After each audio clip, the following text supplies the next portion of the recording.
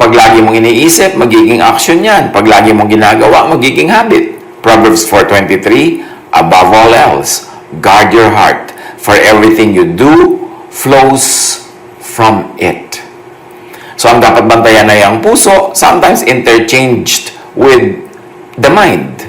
Ang puso, ang isip, pinagpapalit-palit ko minsan yan sa terminology at sa reference. So, guard your mind para ang isip natin ay maging tahanan ng kapayapaan, hindi ng gulo. Tahanan ng pagtitiwala sa Diyos, hindi ng pagdududa at hindi ng takot. Pero kailangan talaga yan, discipline. Plant habits, harvest a character. Pagpatuloy at inulit-ulit natin ating mga kaugalian, ating mga gawi, magiging gano'n na ang ating pagkatao. And plant a character, harvest a lifestyle. Ano ang lifestyle natin ngayon, mga kapatid? Is it a lifestyle of peace or trouble? A lifestyle of fear or trust in the Lord and peace? Is it a lifestyle of vexation or of relaxation and even enjoyment? Yes, maraming challenges para maguluhan tayo, pero bakit naman tayo magpapa-overgulo? Bakit tayo magpapadala? Sapagkat ang isip natin, oras na yan ay nagpaakay na sa mga gulo, sa mga tinig na bubulong-bulong, sisigaw-sigaw para tayo magkalito-lito, lalo lang mahihirapan tayo sa ating buhay. 2 Timothy 1:7, sapagkat ang Espiritong ibinigay sa atin ng Diyos ay hindi Espiritu ng kahinaan ng loob, kundi Espiritu ng kapangyarihan, pag-ibig at pagpipigil sa sarili. Yan ang Espiritu na dapat nating panghawakan, Espiritu na dapat nating palagasin sa ating buhay, Espiritu na dapat manaig, Espiritu ng lakas ng loob, hindi ng kahinaan ng loob. So, huwag lagi mag-iisip ng nakakapagpahina ng loob. Huwag makinig sa mga nagpapahina ng loob. Huwag manood, huwag lagi na magbasa ng mga nagpapahina ng loob.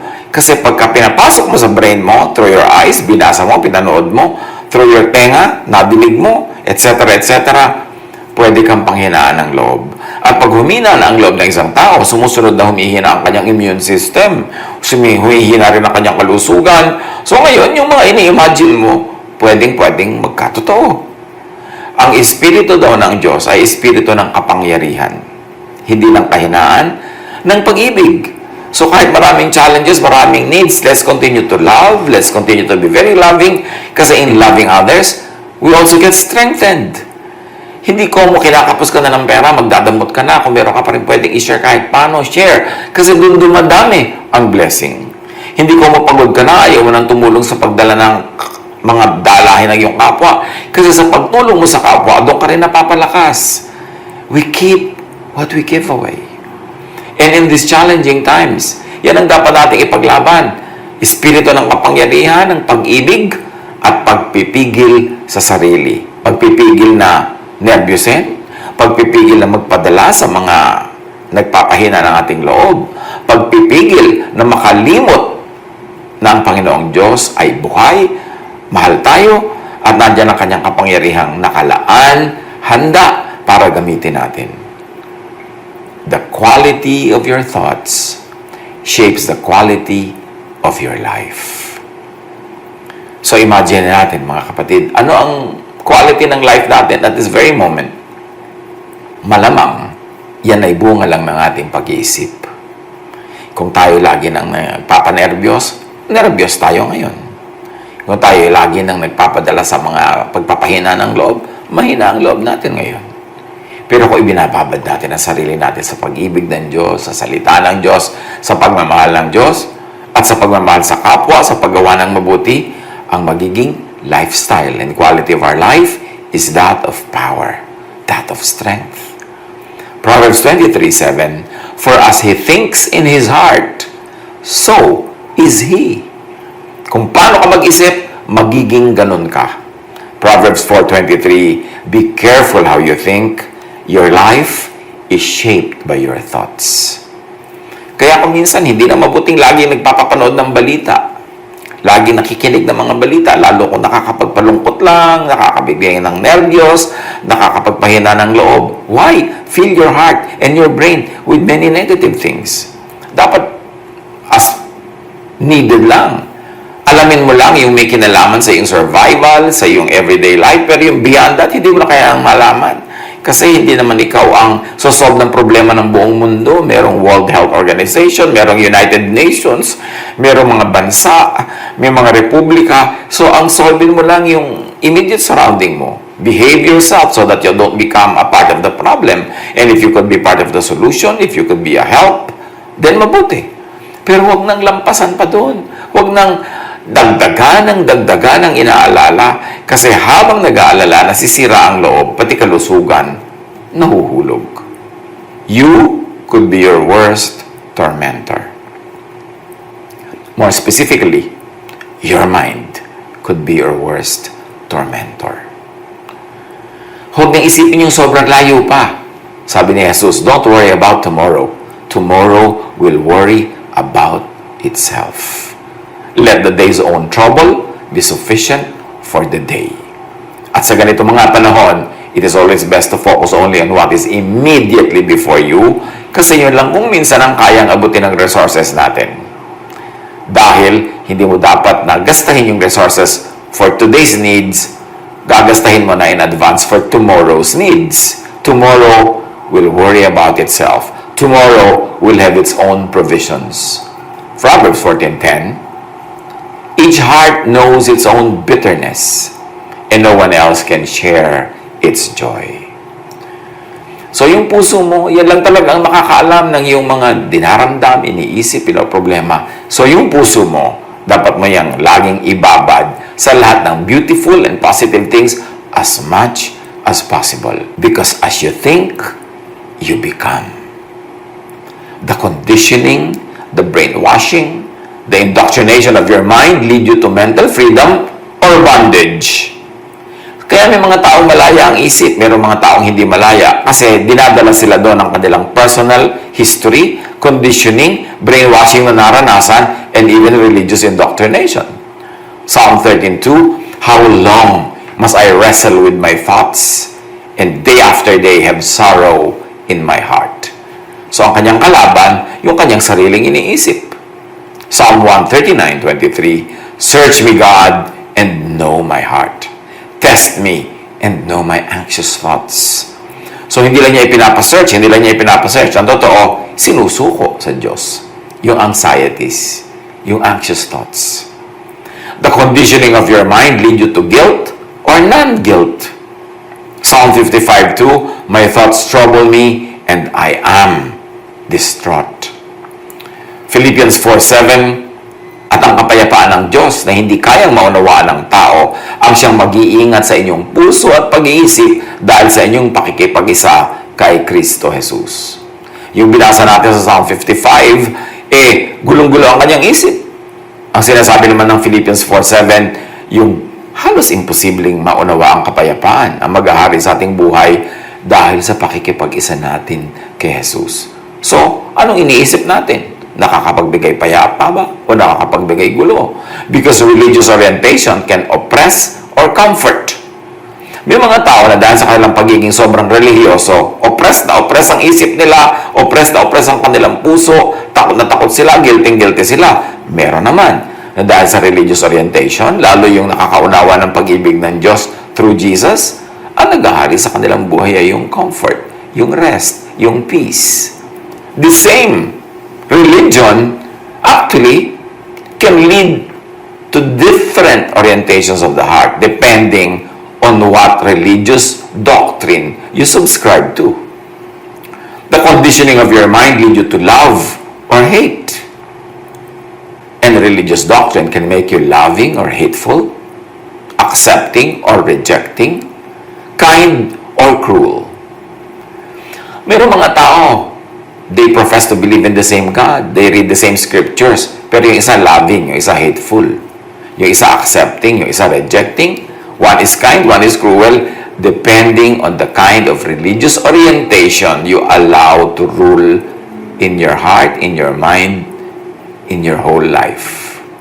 Philippians 4:7, at ang kapayapaan ng Diyos na hindi kayang maunawaan ng tao ang siyang mag-iingat sa inyong puso at pag-iisip dahil sa inyong pakikipag-isa kay Kristo Jesus, as we have already enjoyed this verse.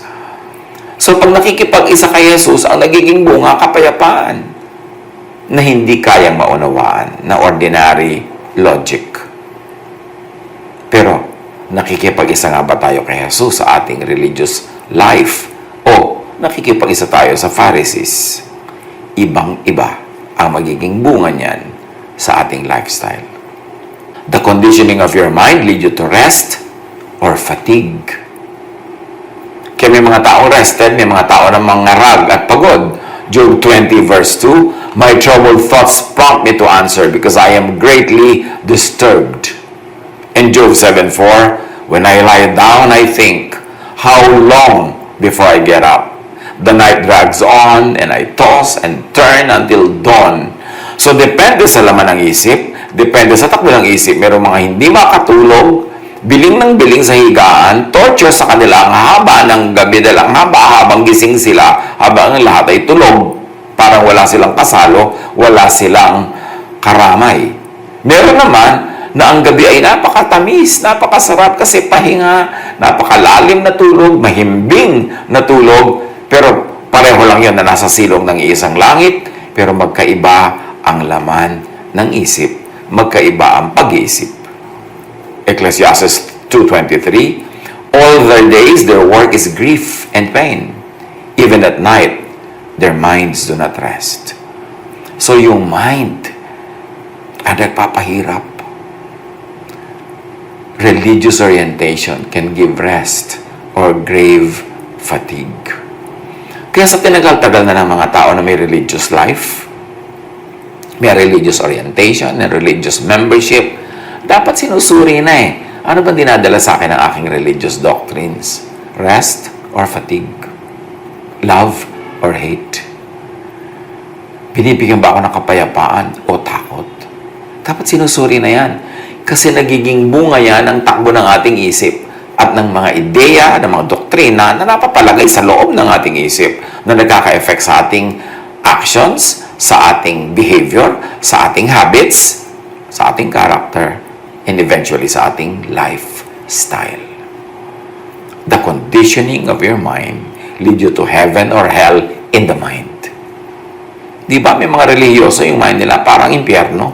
Lagi nilang takot, galit. May mga relihiyoso naman na ang mind nila parang extension and embassy of heaven kasi naghahari na doon ang kapayapaan ng Diyos. What about heaven in the mind? Dapat yun ang ating goal. Heaven in the mind. Philippians 4:8, lagi ninyong isaisip ang mga bagay na karapat-dapat at kaibig-ibig. Kahit sa ganitong panahon, kahit sa challenging time na ito, ang isaisip rin yung karapat-dapat at kaibig-ibig. Mas lalo ang dapat disiplinahin ang isip sa ganitong mga panahon. Titus 1:15, malinis ang lahat ng bagay sa may malinis na isipan. Ngunit sa masasama at di sumasampalataya, walang bagay na malinis sapagkat marumi ang kanilang budhi at isipan. Again, yung ating budhi, yung ating isipan, yung ating values, yung ating thought life, ang nagdedetermine ng quality of our life. To the pure, sabi, all things are pure. But to those who are corrupted and do not believe, nothing is pure. In fact, both their minds and consciences are corrupted. Ganyan kahalaga yung ating battle that happens between our two ears. Kung anong thoughts ang hinahayaan natin maghari sa ating isip. Kasi yun ang magiging totoo sa ating buhay. Kung warrior ka, pati yung kinakatakutan mo matutupad. Kasi yung worry mo parang prayer yan eh. At matutupad dahil inisip mo. Diba? Pag naniwala ka, mangyayari. Kung ang pinaniniwalaan mo negative, pinaniniwalaan mo laging magkaka-trouble, magkaka-problem, magkakahirap, yun ang matutupad. Kasi yun ang prayer mo, whether or not you verbalize it and deliver it in the format of prayer. Ang isip, ang iniisip ay prayer. Kaya pag nag-iisip ka ng mga pangit na bagay, pinagpe-pray mo yun at malamang yun ay matupad. Because when you ask, you will receive. That's why it is important to discipline the mind. Everything that crosses your mind is a prayer. Hindi kailangan maging in the format of prayer na may amen sa dulo, para maging prayer. So what about hell in the mind? Job 21:6. When I think about this, I am terrified. Trembling seizes my body. Analyze natin, ha? Trembling seizes my body. I am terrified. When? When I think about this. So, mga ninenervyos dyan, kaya kayo nanginginig, kaya kayo natatakot, kasi iniisip nyo. Kasi yun ang pinag-iisipan, yun ang pinagtutuunan ng isip. Dapat change channels. Baguhin ang iniisip. Ang isipin nyo yung makakapagpayapa sa katawan, yung makakapagbigay ng katahimikan ng loob. Kasi, as you think, you become. 2 Corinthians 10:5, we take captive every thought to make it obedient to Christ. Binibihag namin ang lahat ng isipan upang matutong sumunod kay Kristo.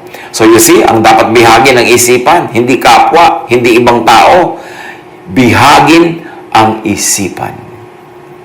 Napakahalaga. O baka ikaw ang bihag ng iyong isip.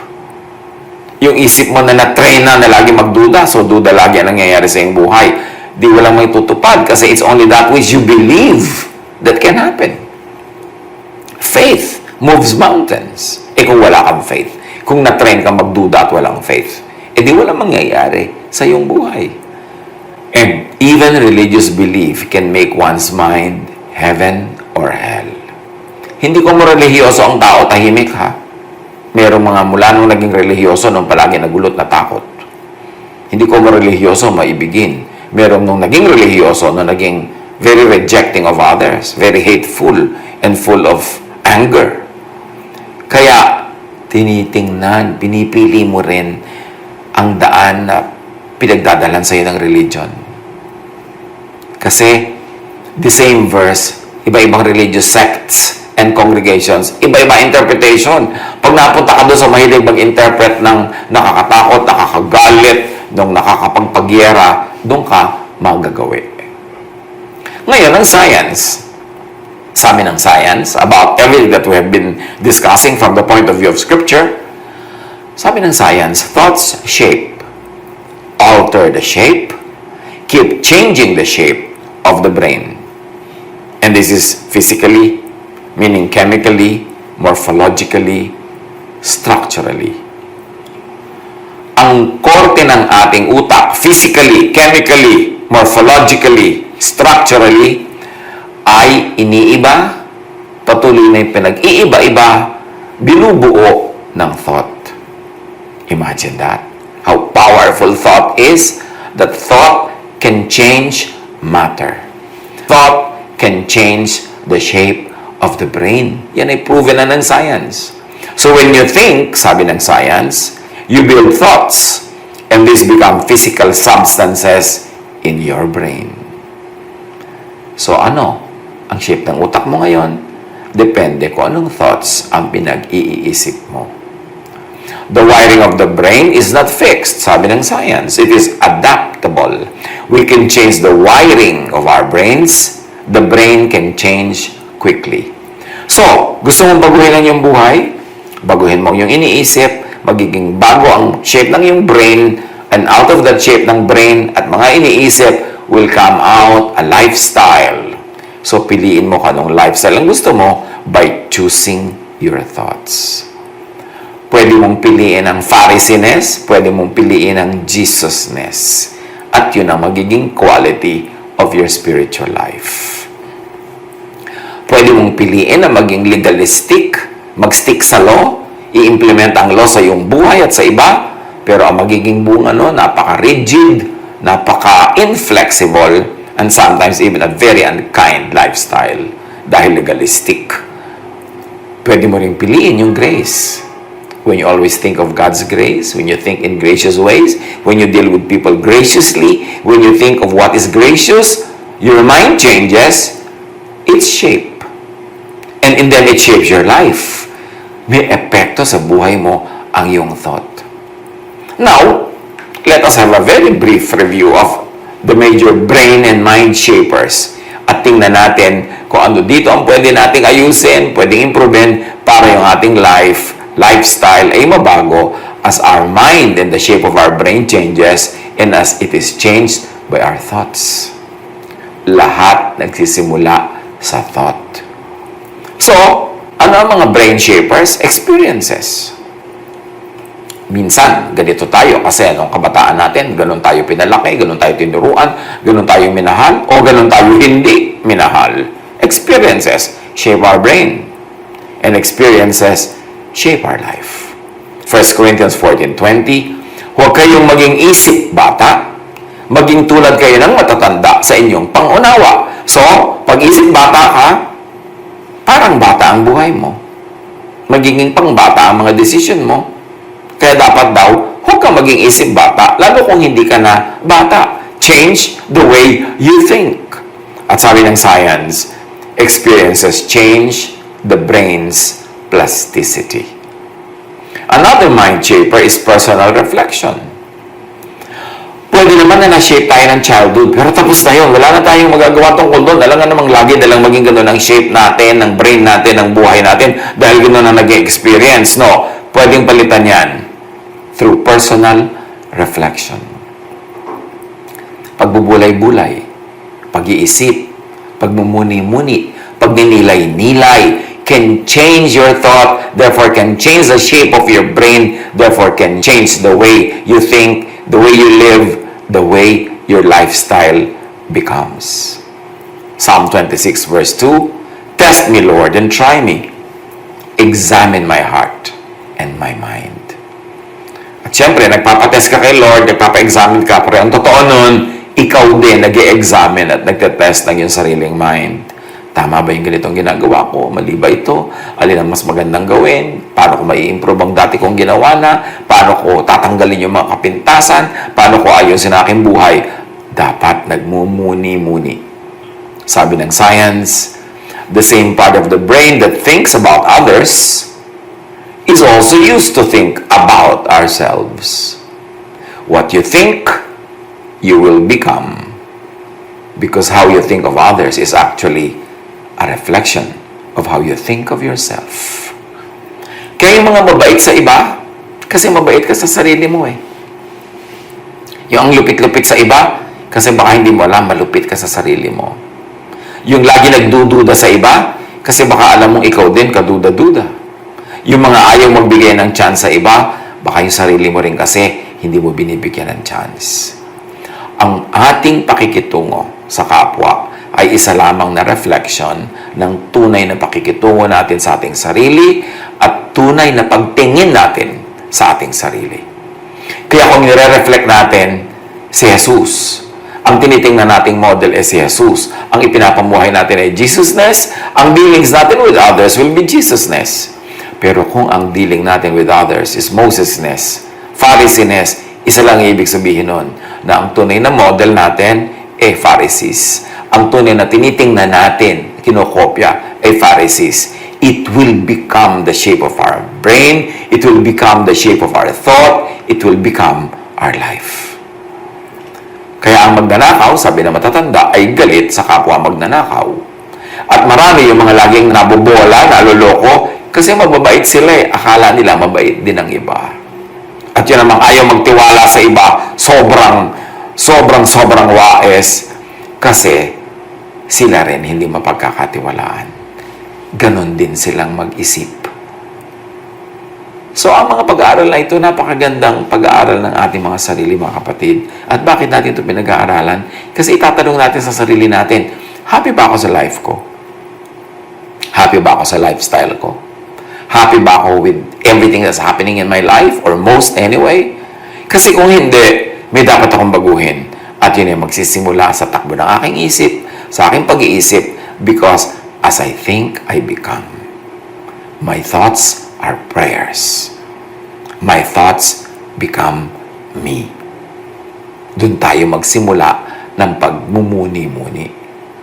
Another mind shaper, of course, is training and habit forming. Philippians 2:5 have the same mindset as Christ Jesus. Practice yan eh. Marami sa atin, meron tayong Pharisaic nature. Nature nating manakit, nature nating mang-judge, nature nating mang-reject. Pero mag-practice tayo maging tulad ni Jesus. Mag-accept, mag-love, mag-forgive, at kapapractice, magiging ganun tayo. Sabi ng science, intuition is a highly sophisticated process. We notice patterns through past experiences, store these experiences and associated information into long-term memory, and then retrieve that information when we see these patterns again in our environment. Yung parang tinatawag nating kutob. Bakit kumisa nakikita mo yung tao, nakita mo lang siya, may kutob ka na agad na meron siyang hindi gagawing mabuti. At kadalasan natutupad, nangyayari. Kasi somewhere in our memory, may mga naranasan na tayong ganong itsura ng tao, ganong expression, ganong kilos, tapos may mga ginawang masama. At nakaimbak yun sa ating memory. Pag nakakita tayo ng ganun uling expression, ganong itsura, ganong pattern, kahit sa ibang tao, sa ibang panahon at ibang lugar, lumalabas sa file ng ating brain yung warning na, oy, ang ganyang kilos, ang ganyang arte, ang ganyang mga salita, nagbunga na yan ng pangit at hindi maganda sa iyong buhay nun. So, mag-isip-isip ka at yan ang tinatawag nating, ba't kaya ako may kutob? Wala naman akong alam na facts, pero may kutob ako. Yun yun. At science explains it. Of course, Romans 8:5-6. Those who live according to the flesh have their mind set on what the flesh desires. But those who live in accordance with the Spirit have their mind set on what the Spirit desires. Another mind shaper is social training. Kaya mag-ingat-ingat tayo sa pagtatrain ng mga bata. Kasi kung minsan, ang bata buong buhay niya nagiging gano'n ng ugali dahil tinrain natin na maging gano'n. Kung minsan, puro kalupitan ang naramdaman ng bata, kaya tuloy nagiging malupit din siya kung lumaon. O kaya sabik na sabik, kulang na kulang sa pagmamahal. Kaya kahit sino na lang ang para magmamahal, sumasama, nauuto, nabubola. Mahalaga ang social training. At sabi ng science, humans are a social species inescapably shaped by our cultural context. And thus, some degree of indoctrination is implicit in the parent-child relationship. Marami sa atin bunga or biktima ng good treatment or maltreatment ng parents o ng equivalent ng mga parents sa buhay natin. Sabi sa Proverbs 12:8, a person is praised according to their prudence, and one with a warped mind is despised. What are we talking about here? Reward and punishment. When you continue to reward a child for any behavior, negative or positive, yun ang magiging behavior niya. Pagka pinanish mo or pinarusahan para sa isang ginagawa niya, iniisip or habit or behavior, magiging ganun siya. So, tingnan natin kung saan natin dinadala ang mga bata sa ating training. Tinetrain ba natin sila maging doormat? Hindi sila pwedeng mag-no, hindi sila pwedeng mag-argue ng kanilang case, hindi sila pwedeng tumanggi. Hindi tinetrain natin sila maging doormat, maging robot. Kung minsan, laging gino-glorify ng religion niyang sobrang obedience sa mga children. Is that really what we want? Kahit na ang nagpapasunod na sa kanila mali, hindi na sila makatanggi because they were never trained to not obey. Sabi ng science, social change is the result of social and mental mechanisms of an individual. At dahil ang lipunan is made up of individuals, therefore it is the quality of the individuals that will determine the quality of society, of a civilization, of a nation, or a church. We don't just copy, sabi ng science, the behavior of people around us. We also copy their minds. As we grow older, we learn what other people think, feel, and want, and adapt to it. Our brains are really good at this. We copy computations inside the brains of others. So talaga daw, majority ng mga tao, mangongopya lang, nangongopya ng magiging idol, nangongopya ng susundan, nangongopya sa leader, nagsasaulo ng sinabi ng mga taong hinahangaan nila o mahal nila o gusto nila. Mabuti ng mabuti kung yung nakokopya ay tama. Mabuti ng mabuti kung yung ina-idolize ay dadalhin sila sa freedom, hindi sa bondage. Dadalhin sila sa peace, hindi sa trouble. Dadalhin sila sa love, hindi sa hatred. It is important. Kaya pati ang mga bata, Tinitingnan natin, sino ba mga hinahangaan nila? Kanino ba sila sumusunod? Sino bang ina-idolize nila? Kasi makakashape yun ng kanilang thought, therefore ng kanilang brain, therefore ng kanilang life. At marami sa atin, kahit mature na tayo, in our mature years, biktima pa rin o bunga pa rin tayo ng mga sinundan, hinangaan natin nung araw. So, piliin ang pakikinggan. Pag nagawi ka sa mga religious teaching na sobrang dogmatic, controlling, tinatanggalan ka ng karakter, ng pagkatao, ng free will, ano mangyayari sa buhay mo? Tapos i-brainwash mo yung anak mo in the same way, what will you do sa kanila? Of course, among many others, isang mind shaper na dapat nating tunay na pagtuunan ng pansin is religious training. Proverbs 22:6. Teach children the way they should live, and they will remember it all their life. And I add, do not teach children only what to think, but how to think. Huwag turuan ng mga bata lagi magmemorya. Turuan sila na mag-reason, na mga tuwiran. Huwag turuan ng mga bata na lagi nalang yes ng yes. Turuan silang manuri kung dapat ba mag-yes o hindi dapat. Turuan sila kung paano mag-isip. Huwag saksakan ng brain nila, nang mememoryahin na lang nila at susundin na lang nila without question, without thinking, without modification. Because we will shape the quality of their mind and their brain pagkatapos ng training na yan.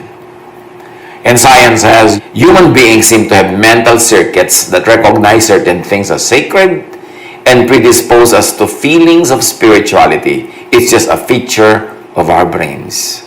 So talagang merong religious orientation, spiritual orientation yung brain. Pero ang point is this, kanino nakatuon? Saang doktrina nakatuon? Anong religious lifestyle and belief ang pinagtutuunan? Kasi doon pupunta yung brain, yung tao, yung life. One other thing that is a mind shaper is education. Kaya yung mga educational systems natin, kuminsan hindi naman talaga nag-educate, nagkikreate lang ng robots. In many schools, ang ina-awardan lagi yung most behave. Hindi na-awardan yung most argumentative. Samantalang dapat natuturuan ng bata na mag-argue. In a polite way, in a nice way. But to argue, hindi lang yes ng yes. Ina-awardan natin lagi yung most punctual. But the most punctual are hardly creative. Kasi nakaset lahat yung utak nila, yung iniisip nila, yung mga ganyan. Kaya may mga trabahong bagay sa mga punctual people. But yung mga very creative endeavors, usually these are the people who get out of the box. And usually they are not the very punctual people all the time. Although, there are creative people who are still very punctual. So, kahanga-hanga yung kombinasyon sa utak nila nun. Pero anong klaseng individuals ang gusto natin makreate? Sa Sunday school, sa mga daily vacation Bible school, sa ating mga Bible studies, what kind of individuals do we want to be developed from people? Do we want to develop cardboard characters? Do we want to develop yes people? Do we want to develop robots? Or do we want to develop people who think? And if they need to do it, to argue their thoughts, to plead their case, because tayo yung mga taong binigyan ng Diyos ng brain, binigyan tayo ng capacity to analyze, at binigyan tayo ng freedom to pursue what we believe is best. Kaya ang ginaglorify lagi sa school, sa religion, uniformity. Bawal na ibang itsura mo kasi pati damit magkakamuka, pati yung mga haircut kumisan magkakamuka. God is a God not of sameness, but of variety. Kaya dapat din natin laging suriin, yung ba talagang system ng churches, yung system ng religion, yung ba talaga ang system ng Diyos? O inimbento lang yan ng mga religious leaders para padaliin ang kanilang pagli-lead, padaliin ang kanilang trabaho, so that everybody conforms, everybody says yes, everybody is herded like cows. Ganun ba talaga ang gusto ng Diyos? Tingnan natin si Jesus. Si Jesus nga mismo, hindi siya conformist. Ang dami niyang ginawang iba sa takbo ng buhay ng mga panahon niya, sa takbo ng templo, sa takbo ng mga synagogues. Si Jesus ang ating shepherd, di ba? Siya ang ating sinusundan. This is not to encourage rebelliousness. This is not to encourage trouble. This is not to encourage warlike attitude, but only to encourage us to respect each other's individuality. Kasi God made us as individuals. We are wonderfully made. Fearfully and wonderfully made. Dapat nating igalang yun. So, pati sa training ng pag-iisip, sa pagpayag natin kung anong iisipin ng mga bata, ng sarili natin, bigyan natin ng room yung freedom that God has instilled and given to everybody. Isaiah 44:18, ang mga taong gayon ay mga mangmang at hindi inuunawa ang kanilang ginagawa. Tinakpan nila ang kanilang mga mata at sinarhan ang isip sa katotohanan. So, ito yung mga sunod-sunuran, mga hindi nag-iisip, hindi nag-analyze. And science says, whatever you are thinking creates a network pathway in the brain that gets reinforced and stronger. Habang iniisip mo, lalo ka nagiging ganon. So, isipin natin kung ano nag-iisip natin sa buhay. Tayo ba'y negative thinker or positive thinker? Achiever ba tayo or defeatist? Anong iniisip natin? Lagi ba tayo natatakot? Tinatakot natin ang ating sarili at ang ating kapwa. We see the devil in a teacup. Lahat na lang pinagbibintangan natin, the work ng devil. So, para lang devil talaga ang boss, devil ang amo, hindi ang Diyos. Ganun ba talaga yun? O ganun tayo mag-isip? Keep changing for the better. Keep improving for the better. And this happens in the realm of thought. Hindi pwedeng yung iniisip mo 10 years ago, 15, 20, 30 years ago, ganun ka pa rin mag-isip ngayon. Ibig sabihin, hindi ka nag-grow. Tapos ang gusto mo lagi naririnig na teaching, yung narinig mo na noon, ilang ulit na, paulit-ulit, taon-taon, decades na, yun at yun at yun at yun. Bakit pa magtitipon-tipon kung yun din lang ang marinig lagi? Yun din lang ang interpretation, yun din ang reading, walang bago. Di dapat tumigil ka na nun pa kasi alam mo na nun yan eh. But we must grow from glory to glory. The very, very rule of life is growth. So, ganun din dapat sa ating mind, sa ating faith, sa ating doctrines, sa ating mga pag-unawa sa Diyos, nag-grow. And to grow, you've got to outgrow something. Para lumaki ang iyong paa, may mga iiwang ka sapatos at tsinelas. Kung ayaw mong iwan yon, hindi lalaki yung paa mo. So may iiwan ka rin mga doktrina, may iiwan ka rin ng mga interpretation na nung araw ay bagay sa level of your understanding, but now that you are growing, kailangan na mag-adjust, hindi ka naman pupunta sa wrong, pupunta ka lang sa glory to glory. Change is another rule of life. So we've got to keep changing the way we think. Galatians 6:3, if anyone thinks they are something when they are not, they deceive themselves. So, change. For the true, sabi nga, the good, and the beautiful. Sabi ng isang very famous person. Pwede ka rin naman mag-change eh. But don't change for the true nga, but bad and ugly naman. Not for the untrue na, tapos bad and ugly pa. Why don't you choose the true, the good, the beautiful? Sabi ng kasabihan. Kesa sa true, but bad and ugly. May true pero bad. Gusto mo yan, opening of their minds by Jesus so they could understand the scriptures. So, hindi ko may hawak ang Biblia, may hawak ang doktrina, may hawak ang religion, ay naintindihan mo na. It takes the work of Jesus for us to understand scriptures. And real understanding of scriptures lead to freedom, not bondage. Leads to peace, not trouble. Leads to love, not hatred. Leads to grace, not the law. Ephesians 4:23, to be made new in the attitude of your minds. Magbago na kayo ng diwa at pag-iisip. Kaya mahalaga progressive, hindi yung stubbornly conservative, kasi hindi ka magbabago kahit kailan. Paano ka lalago? At saka kung hindi ka naman talaga totally happy sa nangyayari sa iyong buhay, ibig sabihin may dapat kang baguhin with the way you think, in the way you think. So reshape your brain, your thought, into the positive, cheerful, beautiful, hopeful.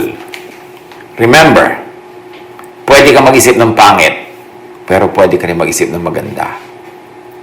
Pwede kang mag-isip ng nakakatakot, pero pwede ka rin mag-isip ng nakakapagpapayapa. Pwede kang mag-isip ng nakakagalit, pero pwede ka rin mag-isip ng nakakapagpaalis ng galit. Piliin mo kung anong iniisip mo. Kaya dapat pinipili din natin kung anong sinasabi ng kapwa ang papakinggan at ano yung tatanggihan. Yung pwede mo sabihin, I don't want to hear that, I don't want to talk about it. Meron namang mga taong hilig magpadala sa'yo na kung ano ng video para ka lang pala takutin o galitin. Bakit mo kailangan panoorin? Hindi mo panoorin. I-delete mo. At kung padala siya ng padala ng mga ganyan, i-block mo siya. Bakit mo papayagan na guluhin ka niya? Bakit mo papayagan na i-convert niya yung utak mo para yung kalaban niya maging kalaban mo rin? O may mga nagdadala sa'yo ng mga mensahe, mga sumbong para manginis. Bakit mo papakinggan? Pag pinakinggan mo ang lahat ng sinasabi ng mga tao tungkol sa'yo, sabi nga sa Bible, dapat hindi mo gawin yan kasi maririnig mong minumura ka ng iyong mga katulong. So, dapat huwag mo nilang alamin. Kung hindi nakakapagpasaya at hindi naman kailangan malaman, hindi necessary, huwag mo nang alamin kasi malulungkot ka lang. Discipline. Bakit mo kailangan malaman kung ilan lagi namamatay everyday? Bakit mo kailangan malaman kung ilan ang nahihirapan, ilan ang naghihiwalay na mag-asawa, ilan ang nagpapatayan? Ba't kailangan mo malaman yan? Unless police ka, unless social worker ka. Pero kung makakagulo lang sa iyong isip, makakatanggal lang yung happiness, why bother to know it, to know about it, to think about it, and then to spread it? Romans 12:2, huwag kayong makiayon sa takbo ng mundong ito. Sa halip, hayaan ninyong baguhin ng Diyos ang inyong pag-iisip upang maunawaan ninyo ang kanyang kalooban. Sa gayon, magagawa ninyo kung ano ang mabuti, kalugod-lugod, at ganap na kalooban ng Diyos. Do not conform to the pattern of this world, but be transformed by the renewing of your mind.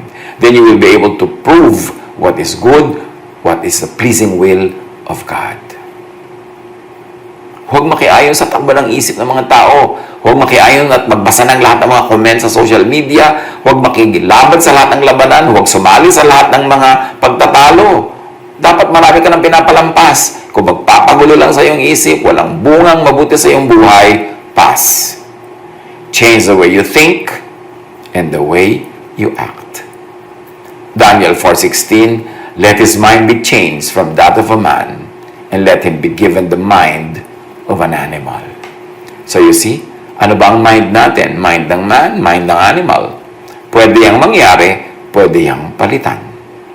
Romans 8:6, the mind governed by the flesh is death, but the mind governed by the Spirit is life and peace. So the same mind can become death or life, can become trouble or peace.